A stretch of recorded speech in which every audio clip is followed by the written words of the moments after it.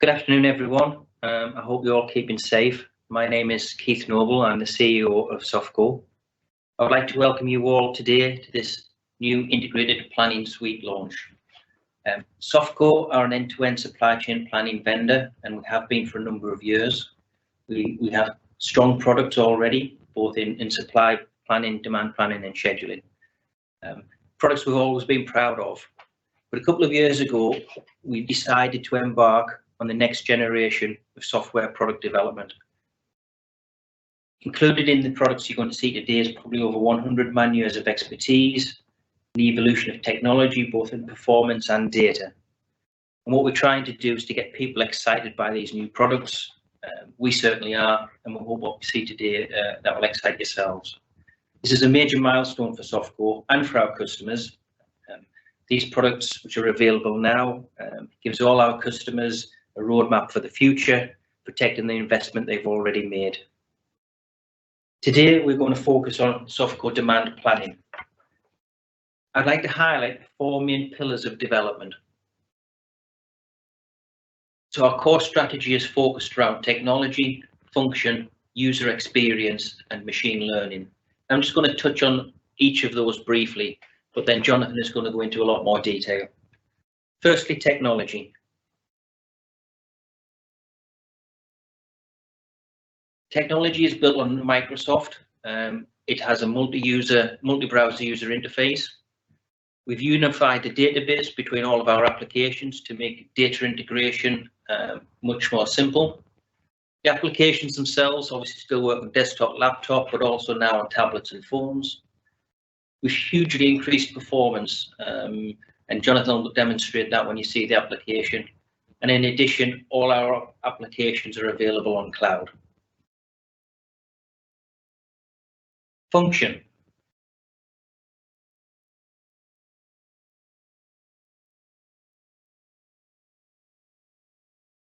We have a new data quality dashboard. So in terms of data integration from other applications, we can now simplify that and ensure all the data is of a quality before it goes into the application.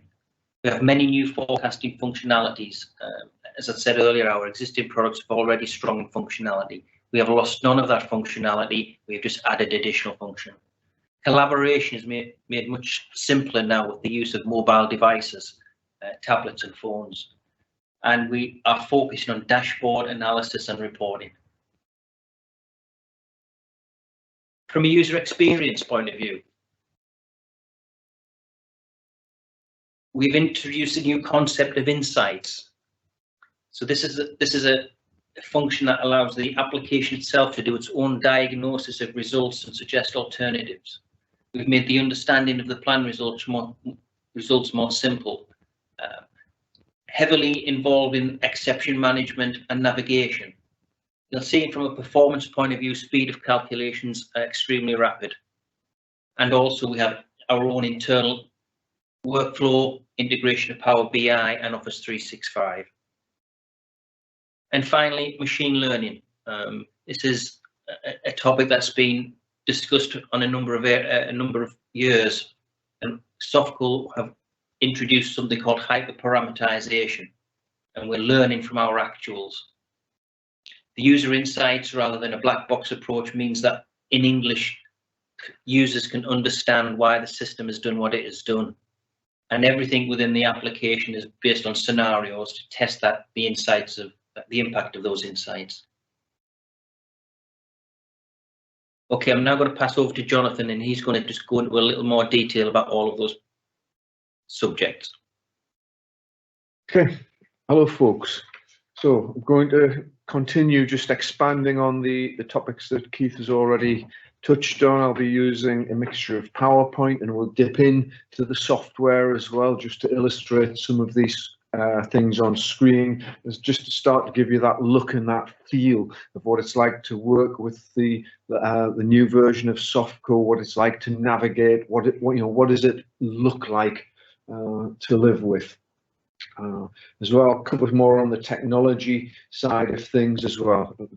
But before I start on these things, If you've got any questions as you're going through, you've got the opportunity to post those. So on the top right hand of your screen, you should hopefully see you've got a Q&A icon, and if you click on this, you can then post questions via text, which we'll pick up.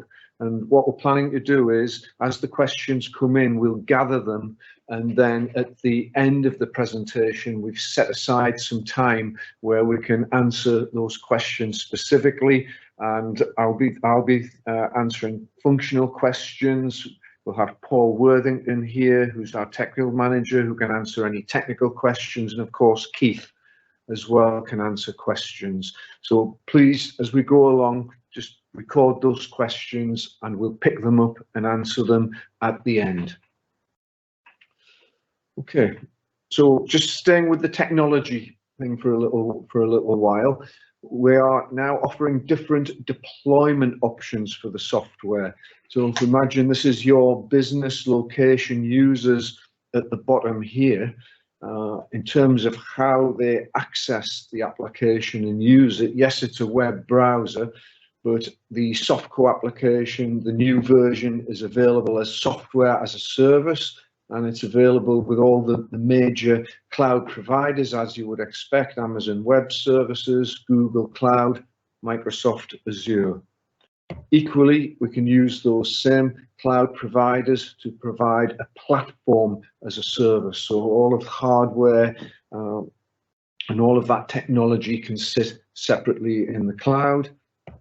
Also, there is the option to have a sofco as a platform as a service. We currently have a customer at the moment where we provide the platform along with our own data center in this office, and we have a portal, and that particular customer, they work collaboratively with other organizations, and those external collaborative users come in via the sofco portal. All of the work gets done on the sofco platform at the sofco office, and then there's a site-to-site VPN that passes securely all of the updates with the host systems back within that business's firewall in the main systems, and indeed the main sofco systems that sit at the other side of that firewall.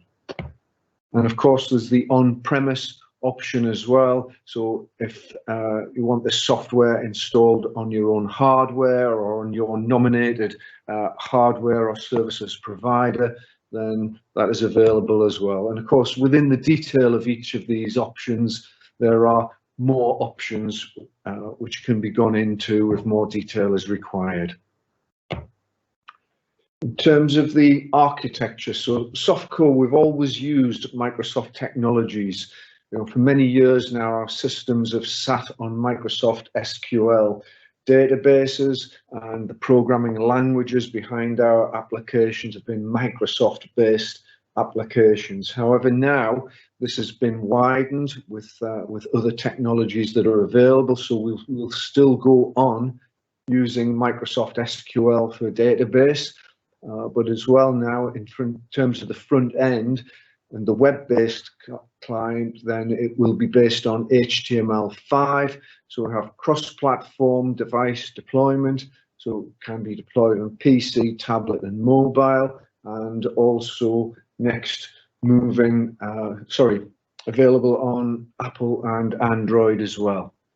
In terms of authentication, again, we've always provided Active Directory or integration with the Active Directory. That continues, and at the bottom, the sofco authentication as well. But equally, it is within sofco that we continue to control the authority for each individual user in terms of the functionality, what they can, what they can't do, how they can change and configure the application if trained, and also what data they have access to and what they can read and write to.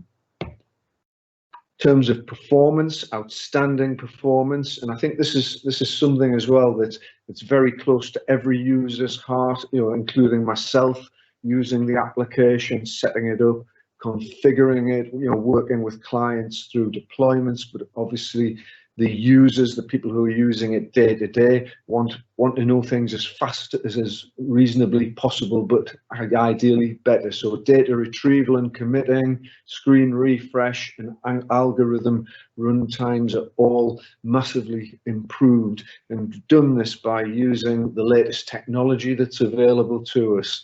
Yes, we're using the latest technology, SQL technology, but the thing that's really making the difference is this latest in-memory distributed caching technology. And this technology actually has its roots in the banking sector, where they're dealing with huge volumes of transactions. And this level of performance has been developed in that type of environment. And of course, all of the technologies remain Microsoft based. There's a number of areas, and I'm talking system-wide here, that I want to cover that we can prefix with the word multi. So we've already mentioned a couple of times devices. So coming from the left-hand side, can work with the sofco application now through multiple devices, multiple browsers. But of course, at the top for all of this, it's not necessarily limited to what is on screen. So here, I'm using Google Chrome. I've got the main browsers here, Edge, Firefox and Safari. And I think what we're finding is a lot of people are particularly using Chrome, but we support all of these. Multiple languages, we'll have a quick look at that in the software. Multiple units of measure, again, not limited to what you see on screen. These are examples. Multiple currencies, particularly important for large global organizations. Multiple dimensions as well. These are the main dimensions that we typically use in a project, and these are just examples. There may well be other dimensions that need adding as well, but this is unlimited through the sofco application. Hierarchies. These are closely linked to the dimensions, obviously, and the dimensions and the hierarchies as well are often governed by the structure of the setup of the ERP system within a business, or the setup of the data warehouse. But these are all fully flexible and can be configured on a project by project basis, from very simple hierarchies to complex hierarchies, and obviously hierarchies within each of these dimensions. So depending upon the role, people can work, forecast and plan at the levels that they need to. And scalability, simply from smaller organizations to very large organizations, which may be global, multiple sites, on multiple continents, in multiple time zones, with large numbers of users, and where somewhere around the world someone is using the system 24 hours a day. Other things that are system-wide as well and apply to all modules within the new version of sofco. Dashboards, we'll see a few of those shortly in the software. These are dynamic, and also scenario planning. Again, we've always had scenario planning within sofco, but this now scenarios will be dealt with as a version of the software, as opposed to often dealing with measures and formulas. So we can still do the classic forecasting scenarios, for instance, the optimistic forecast, the pessimistic forecast, the most likely case, but as well all integrated in with the supply planning as well, so we can understand the feasibility and the constraints. Reporting and analysis, and quite a bit of the reporting will be done on screen in dashboards. We'll take a look at the drill down facilities shortly, for instance, but equally we now have the Power BI integration. So between sofco, Power BI, all of the analysis that's needed and all of the presentation of that can be supported. Workflow. So we now have integrated workflow as part of the application. I'm going to say a little bit more about this later on, but basically it's going to allow people within a process to communicate informally with each other, but also for the system to formally communicate based on triggers in terms of what is going on within a particular business process. Okay, let's have a first look at the software.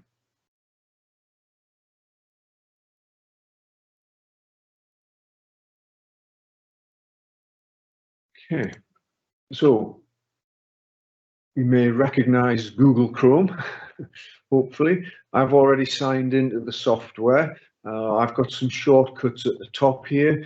The system, as well as you would expect, supports multiple environments. So if you're deploying this new version, we're able to deploy a dev environment, a test environment or QA, and also a production environment. And it's just a different URL to get to each individual environment. When you first log in, you get presented with the tiles page, and these are all of the individual sofco modules. As well as you log in, the system will recognize your default language. So mine, surprisingly enough, is picked up as English. But if, for instance, I was a user where French was my default language, I'll click on French, and then we should update to French.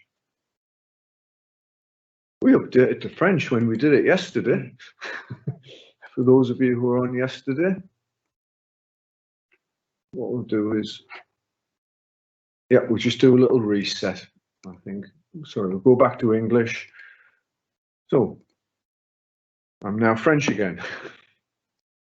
And Russian, and that's all you need to do to switch the language. So it switches the language of the application as well, but as well, if you have the actual, some of your raw data stored in multiple languages as well, then that also picks up to that local language. So the individual tiles take you into the modules, and the tiles you can get into depend on the licenses that you have. So I haven't got a license for scheduling switched on. So if I click on scheduling, what happens is I get a message up telling me that it has not been enabled. But it tells me where to go if I would like it enabled, and a few bullet points on what it actually does. But today we're going to go into demand planning. So going into demand planning, this now opens up my workbench. So I'm going to put it up to full screen, this icon at the top.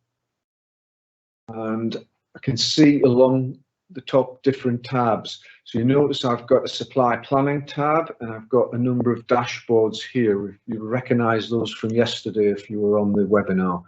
Click on the demand planning. Here are my demand planning tabs. So if I have authorization as a single user to more than one module, whichever module I go in through, I don't have to come out and go back in. So all of my access to everything I use is on the workbench.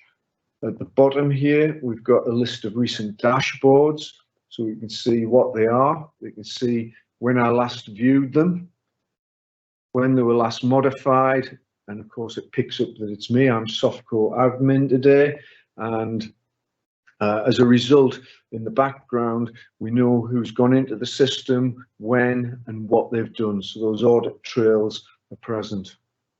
The top right-hand side here, you see there's a couple of flashing red buttons. I mentioned the workflow earlier.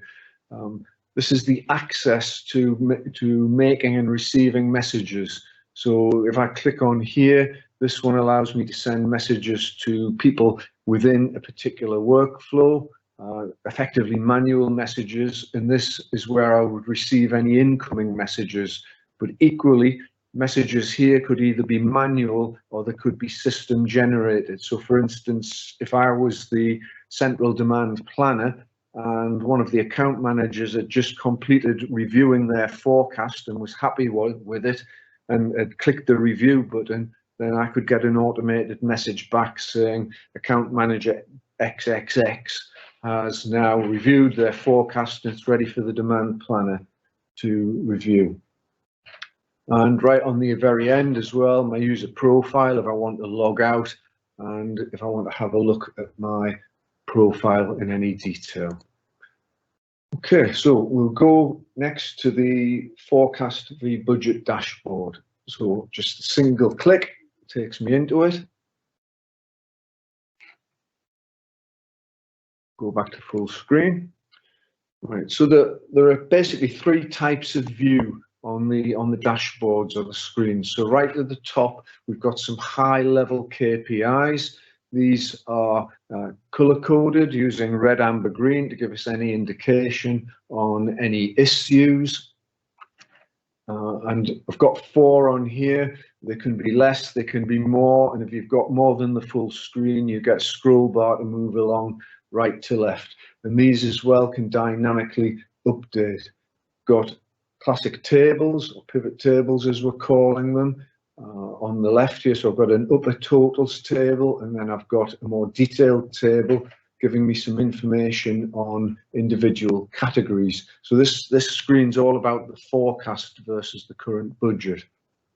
On the right hand side, I've got a chart again about the forecast and the budget. I'll come back and explain these tables in a moment in more detail. But if I hover on the chart, we can see here, for instance, I can see the fresh bakery, the current forecast going forward. And as I hover, you can see I get the value for fresh bakery in period 1. If I hover on the grey part, you can see I get the category crisp bread and the category bake. So I'm probably guessed I'm planning a bakery today. Equally on there, I've got where we are against the budget, and I can see against last year.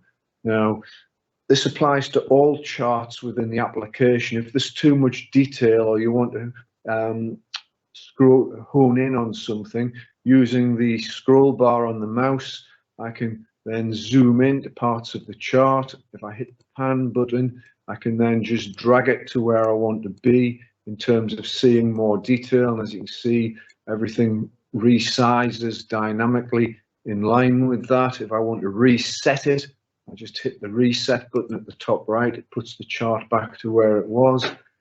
If there is too much detail on the chart for me, then for instance, I don't want to see last year and budget, I can just click on the legend and they disappear. In fact, I just want to see the numbers purely for fresh bakery on its own. Then it's just a matter of clicking on the legend as you wish. So this applies to all charts. Let me step you through some of the tables in a little bit more detail. I'll start on the bottom right. So some key metrics here as well. For instance, I've got a table showing the top 10 products that we're selling. So here's the current plan going forwards, and here's the ranking, the current ranking. So in ascending order, and here is the rank from the previous period. So anything that's changed rank from the previous period and moved up over is color coded green. Anything that's dropped, so here we've got this particular product has dropped from 3rd place to 8th, then, or this one from 5th to 10th, then red. So we can just see movements in time on top products, and then the same for customers.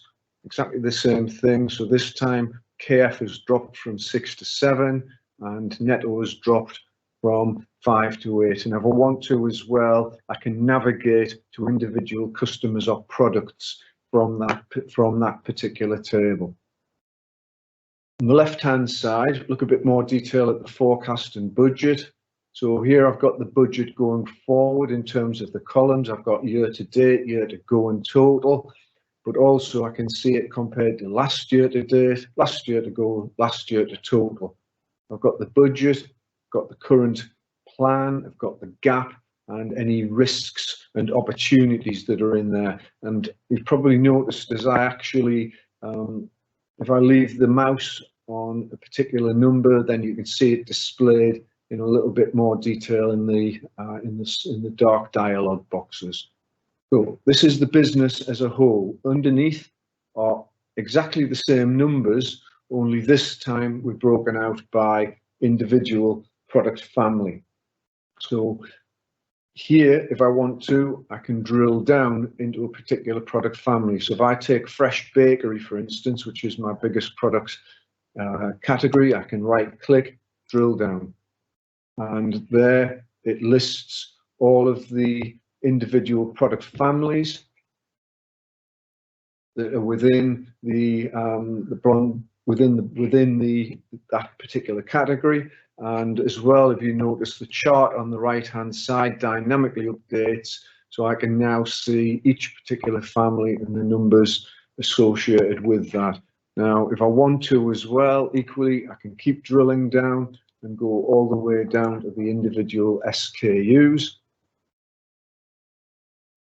But what that does is, as you can see, makes the chart quite interesting in terms of the level of detail.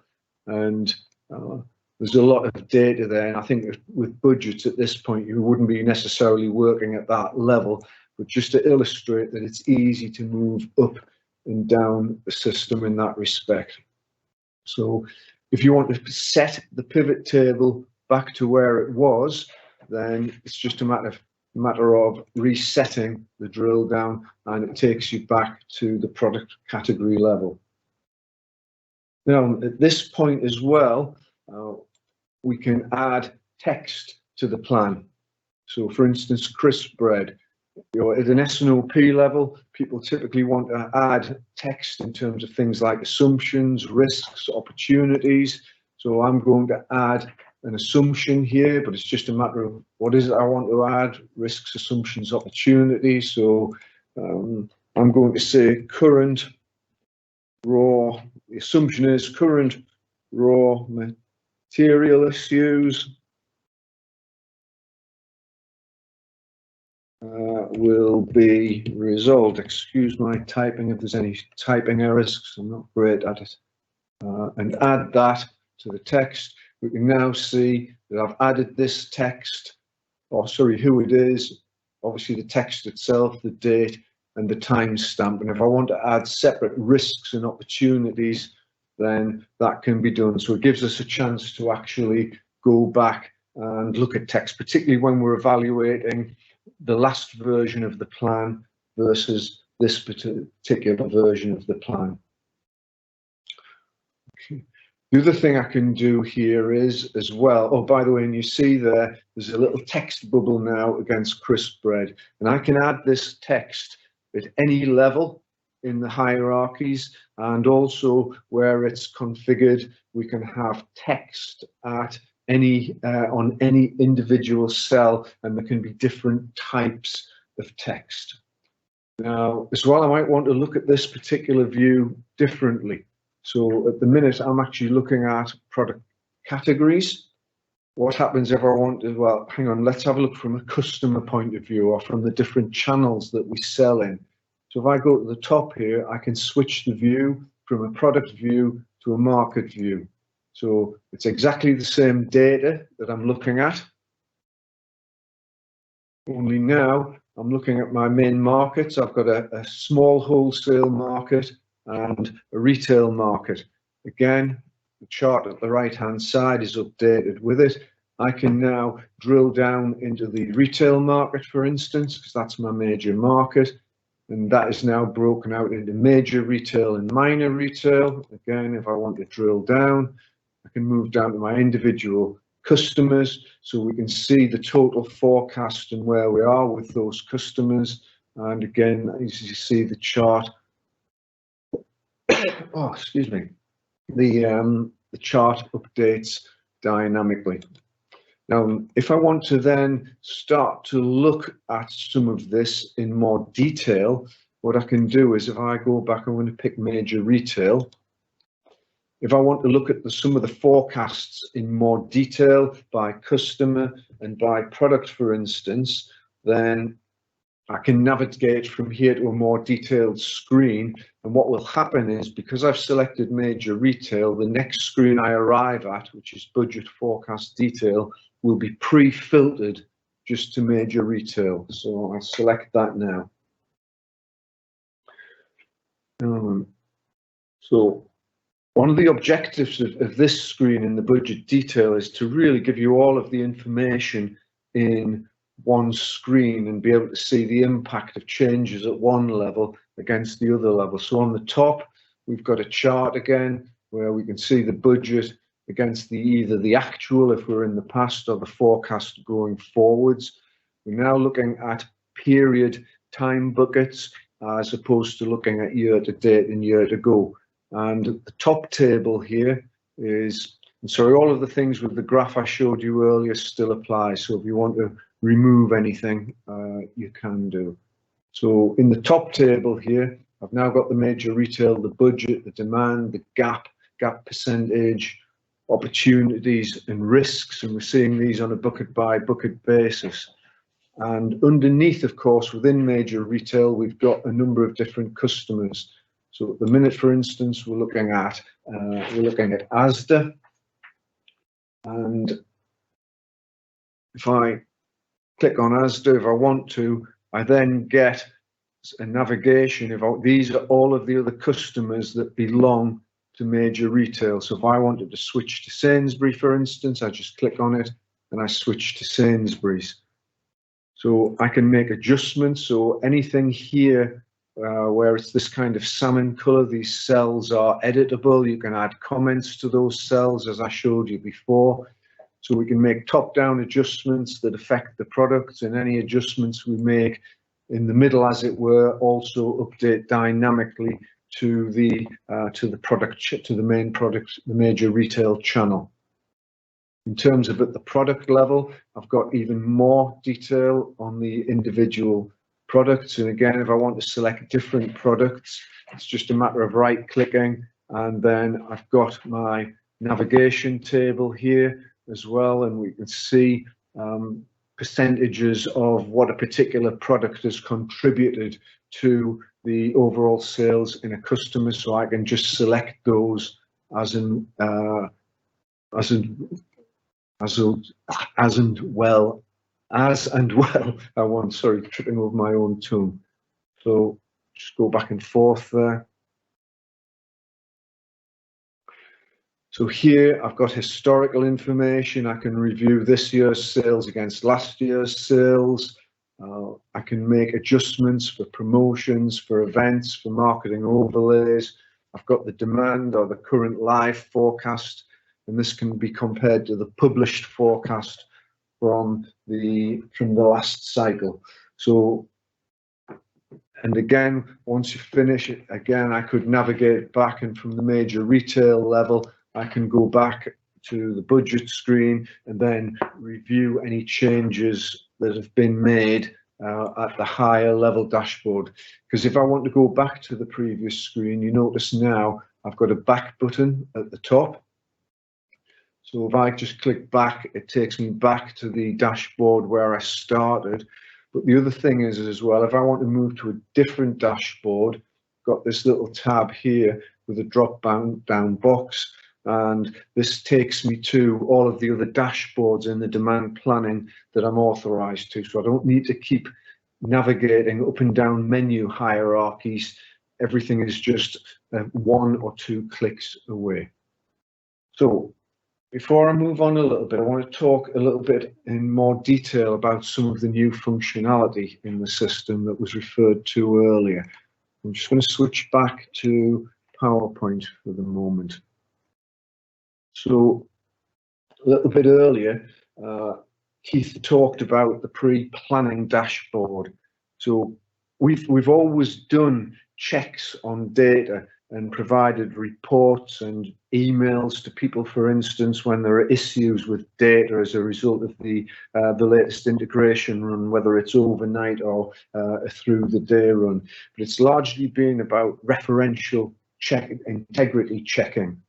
And what we've noticed over the years is we often get, whether it's in supply planning with planning or forecasts that are produced where the forecast results just don't look good. When we look into it, we find that there are problems with the raw data, and it's not actually the quality of the algorithm or the aggregation that's the problem. It's the quality of all of the data. So these on the left are some of the things that we typically find that cause problems, but that creep through because we'll pass data that is of the right technical quality, but in terms of the quality for its use, it can be lacking.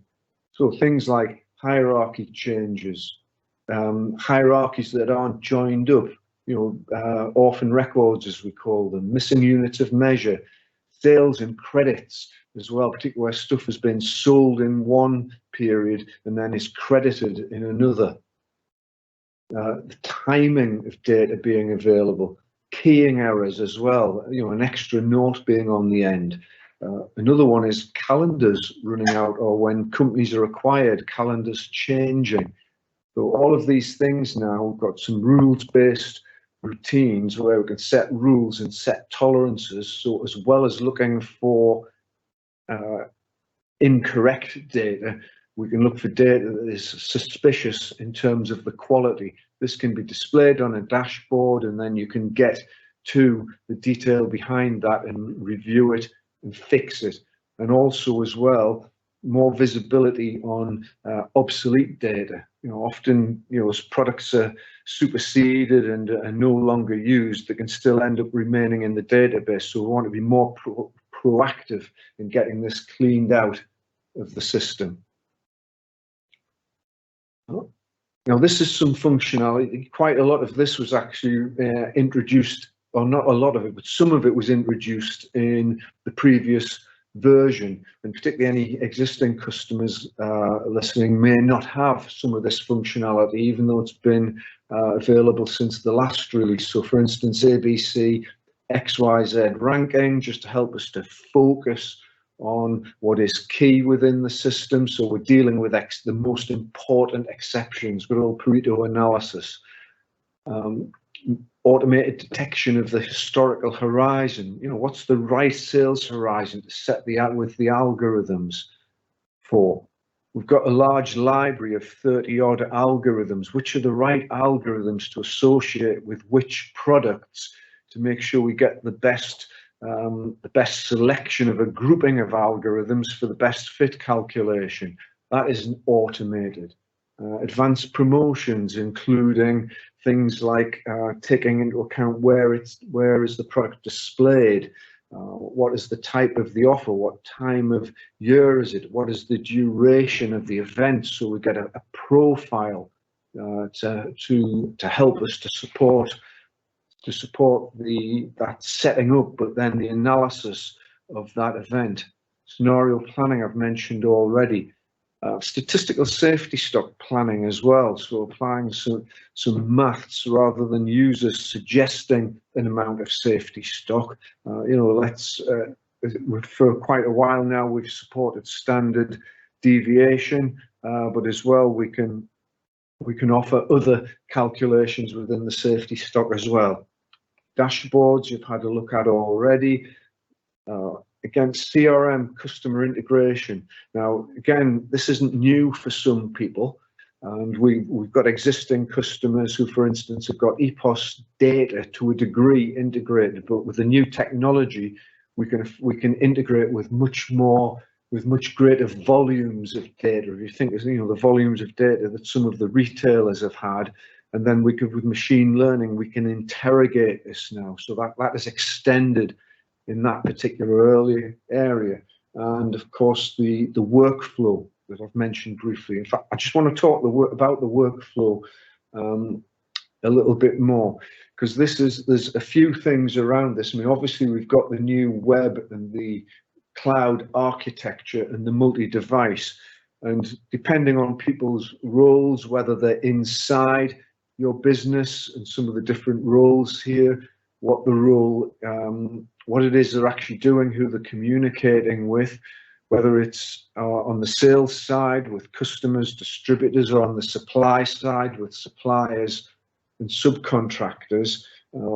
We can employ workflow to aid with this communication. Now as well, I mean, in the past we've had the option for people to, like account managers, to work offline, but now I think it's so rare with what the advent of 4G, 5G technology that people can't get an internet signal on a device. So people out with customers can work with customers on the forecasts, and then with the workflow, once they're completed, they can be submitted to the central demand planning teams. And, there are lots of possibilities for collaboration. Forecast challenge, forecast sign off by senior managers. Same applies for events. Available to promise, capable to promise. Customers asking, when can this be delivered? submitting it to the supply chain to run the ATP, CTP calculation. And once we've got it, the workflow pushing the response back, confirmed constrained forecast notifications and other alerts. On the supply side, publishing forecasts to vendors, vendors publishing back anticipated due dates or inbound changes to supply. And we can apply, take different approaches. We've got the cloud approach here, for instance, or equally, these can be put through collaborative portals, which can be either on the cloud or put on the sofco portal, so that any third parties, while they're collaborating and passing data backwards and forwards, they're not crossing the portal firewall or the internal fire or the business's firewalls. So lots of possibilities with collaboration. In terms of machine learning, we're very much taking the hyperparameterization, as we're calling it, approach. Quite a mouthful, I'm afraid. But these are some of the things that are subjecting hyperparameterization to. So sometimes, particularly we found with retail customers, which who work with seasonal profiles, often at a family level, not all of the products fit the seasonal profile of the family. So which is the best profile, learning from other products? User adjustments. If a customer makes if there's a range change at a retailer for an FMCG supplier, they often, our experience is, they make manual adjustments because they don't understand enough about the range change in the retailer and how the retailer deploys that change around the different types of stores within the range. So can learn from previous user adjustments and suggest adjustments for similar products. Classic forecasting algorithms, the parameters, they tend to get set and not updated very often. So we apply this to alpha, beta, gamma parameters in terms of weightings on history and seasonality. What length of trend do we apply? What adjustments do we apply? Sales cleaning, sigma, min and max, to dynamically adjust the cleaning to get the best results. And this is all learned from actuals. And these are some of the actuals. This can be applied as well to promotional events, product launches as well, and additional feeds. And these can be displayed as insights next to these parameters like alpha, beta, gamma, like the trend adjustments, as suggestions to the users for improvements. The users can run the forecasts and then in a scenario, see the results, compare the results against before the parameter changes and with KPIs, and therefore improve the quality of the forecast. Okay, so at this point, we'll just have another look at some of the software and a couple of more screens, and then I'll summarize and we'll talk about, we'll go to the questions and the answers. Right, so I want to move forward. I want to have a little bit of a look at forecast accuracy. I'll go to my forecast accuracy dashboard. So again, similar type of approach. We've got the cards at the top, listing some of the key accuracy measures. Here I've got my individual product categories, and you can see some of the measures. In this case, we're looking at accuracy in absolute value, but as well in cost of goods sold. You can see we've got absolute variances in value, in COGS, forecast error. We're measuring bias at lead time. In fact, all the forecast accuracy is measured at lead time as well, and expressed as absolute values and percentages and SKU counts. We're tracking the forecast accuracy over time. So the chart at the bottom here, you can see the different categories. So 3 months ago, for instance, we had some here with bake, we had a bad time with forecast accuracy. It's improved. There's still some negative bias from the crisp bread. We've actually gone from pretty good to a positive bias, and then pretty consistent in terms of fresh bakery. Now, as well, where we've got particular forecasting exceptions, then we can drill into those exceptions from here. So I can drill down on the accuracy. So now I can drill into the different product families at the lower levels. And then if I want to look at some of the exceptions, I can right click and then I can navigate to statistical forecast screen. So as it did with the screen earlier, what this does is this takes me through to a detailed screen, and it carries the filters that I had earlier. I think I've selected the wrong one actually. I was expecting slightly different data. I think what we'll do is drill down. Yeah, that's where I want to be. I wanted to check the monks. Yeah. Go back to full screen. So at this point, this is a kind of typical type of forecasting screen, where down the left-hand side we can see the different measures. We can see sales, we can room for sales adjustments, outliers, for instance, all of the cleaning. Then room here, you can see anything that's pink for any adjustments for events that have been made, any promotions. We've got the statistical forecast. We've got the errors going back, so we can see changes in the errors over time, and the statistical maybe from the algorithm. Now at this level as well, I'm looking in, you can look in periods, but as well, just by clicking at the top here, we can then drill down and see into weeks. So as well, we've introduced this concept of the collapsible horizon, so that you can drill in without having to go to separate screens or change the whole screen. You can just go into one at a time. So from here we can see the statistical forecast, the results, and all of the adjustments at this point on this screen. Now, today I've just shown you a kind of brief sample of some of the screens. Obviously, there are other things around the statistical forecasts, all of the different algorithms, the best fit. From here as well, I can get at the parameters table as well. So you can see things like storage displaying now the standard deviation, number of weeks on sale, a whole range of different metrics as well. So we can see the parameters, and we can adjust the parameters of the forecast dynamically on screen.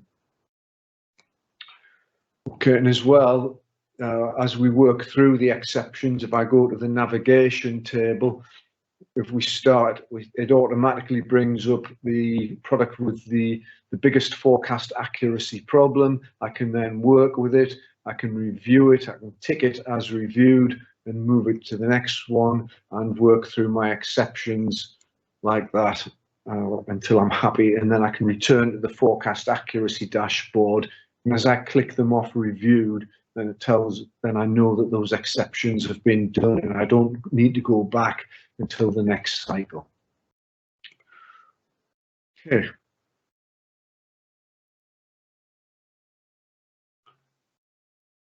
Right, so before we get the questions, start bringing up some of the questions and doing some answers, I'll just briefly summarize. So we've covered new technology within the system, particularly things around the user interface, the web deployment, how this is actually deployed, as well the web-based front end. We've covered new functionality within the system as well. We've covered the introduction of machine learning, and as well what we believe is the improved performance as well from the system, and the improved navigation around the system in terms of getting to exceptions, of drilling down, as well of holding text within the system as well. Thank you, everybody. If anybody would like any further information or a deeper dive, then please get in touch with us. We're more than happy to do that. As I said earlier, this product is available now. We have simple migration paths to those existing customers, so it's fairly straightforward. Thanks everyone for your time, and hopefully we'll speak again soon.